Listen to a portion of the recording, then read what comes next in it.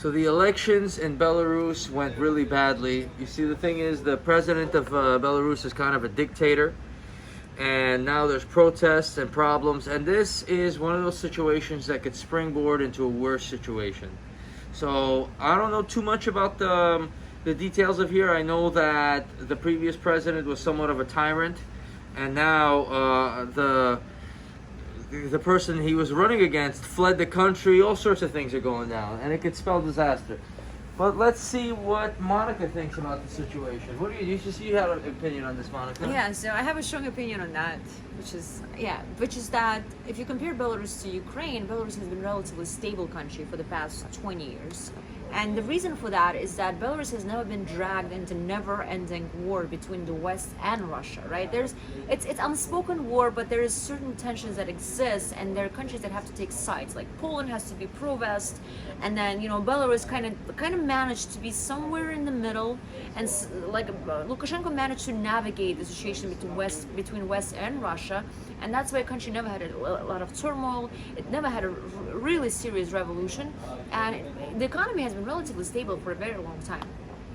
So I do think that in the West we tend to overestimate the attractiveness of democracy to an average person, and because of that we think that what's going on in Belarus is just people rebelling against Lukashenko, but there's a very small minority of people who want change because they look at Ukraine and they're like, do we really want that here?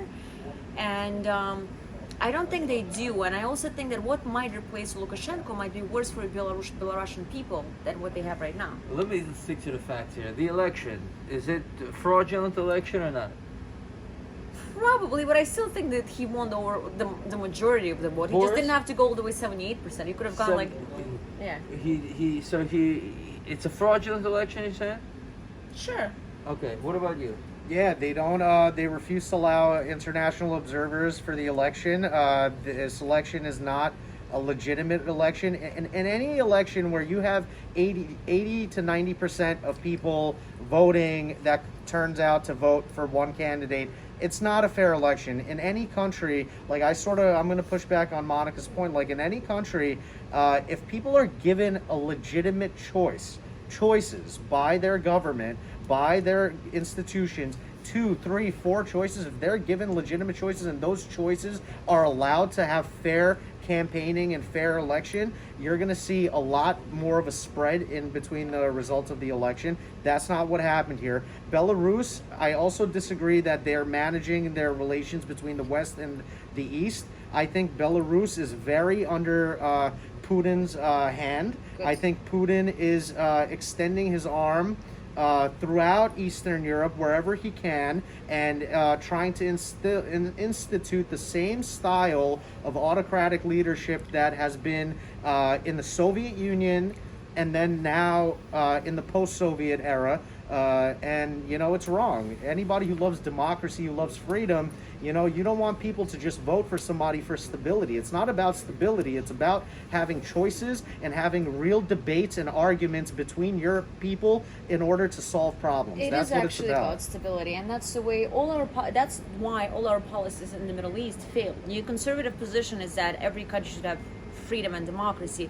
Not historical trajectory shows that not every country at any point in history is ready for freedom and democracy, and some countries just are better off with, as horrible as it sounds, as better off with dictators and people who have an iron fist. And I feel like in case of Belarus, they never had a real democracy ever.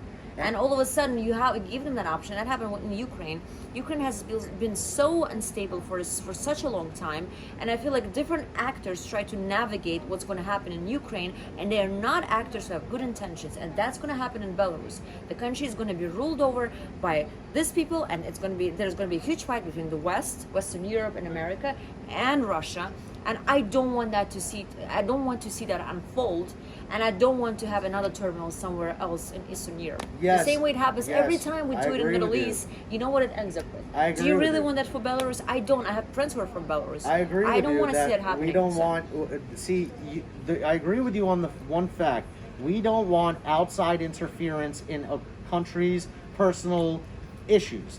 But the fact remains that Putin has his influence in Belarus. So do we. And That's not true. There are Putin areas of influence every country has. Of course, influence, but when it comes to making hard strategic choices, Russia has literally impacted hard strategic choices for Belarus when it comes to gas infrastructure. They literally forced their way into the country. I'm sorry And to burst your bubble, that's Boris, but that's how what they big operate. powerful countries do, right? And America does that too in countries of that are areas of our influence. Russia has had Ukraine before, and it has Belarus, right?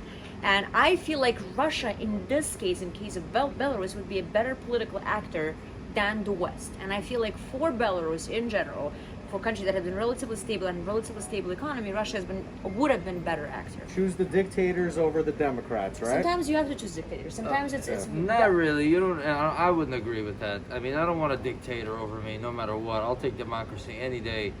I don't need anybody ruling me with an iron fist, and then their cousin coming to my jewelry shop, picking out pieces and walking away, and I can't do shit about it. So. The question is that the vice president, or I mean the opponent, what was this? It's this chick right here. That's the person that was running against him. Yes. Whatchamacallit? She has a pretty long name. I'm Russian. I should know remember her name, but she garnered. The chick right here. Yeah, she garnered about what was it? 20% of the vote out of 80%. Right. But you know, she was never given a chance. She was never given. She fled the country. I don't think so. I think I said that, and she fled the country. You know what I'm saying? So to Lithuania she went or something like that. Oh man. Listen, things are going down over there. She tried to run against this guy.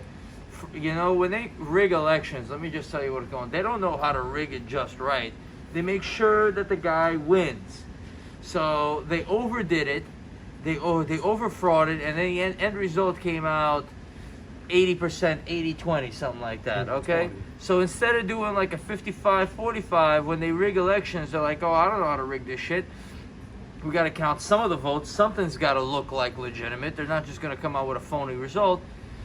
And they rigged it, and they over-rigged it. And then they over-rigged it, and now people are in revolt, and people are going crazy. My vote wasn't counted, so on and so forth. Fuck Lukashenko, or whatever the fuck his name is. Death to all tyrants.